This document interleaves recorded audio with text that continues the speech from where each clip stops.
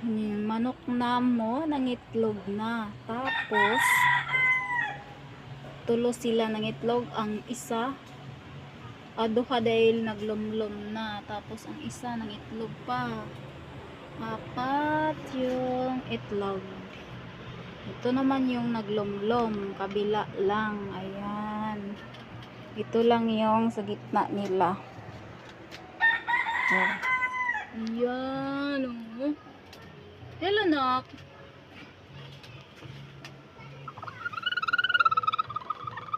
Oh, hapit na ka na mo sa nok.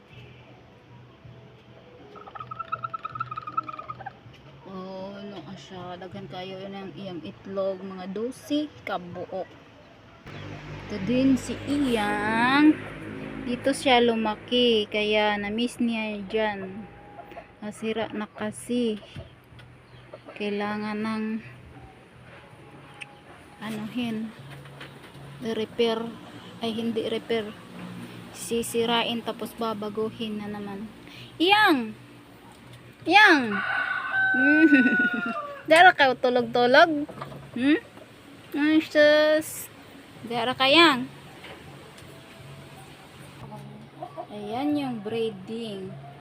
Isang laki na hindi pa siya masyadong matanda.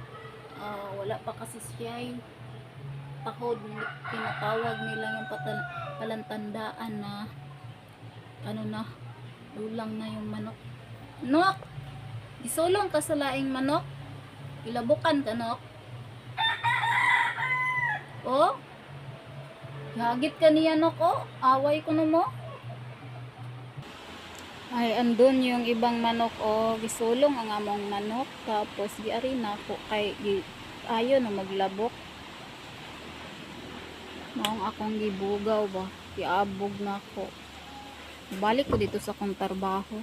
Ang among isa ka manok na breeder, malaki, bata pa, wala pa pud may tahod, kay nganong dako siya, basilan siya nga manok, basilan. Balik ko dito sa akong trabaho kay nagbagos man gud kog silhig, no. Tapos wala pa ko nahumaan kay ang manok naglabok.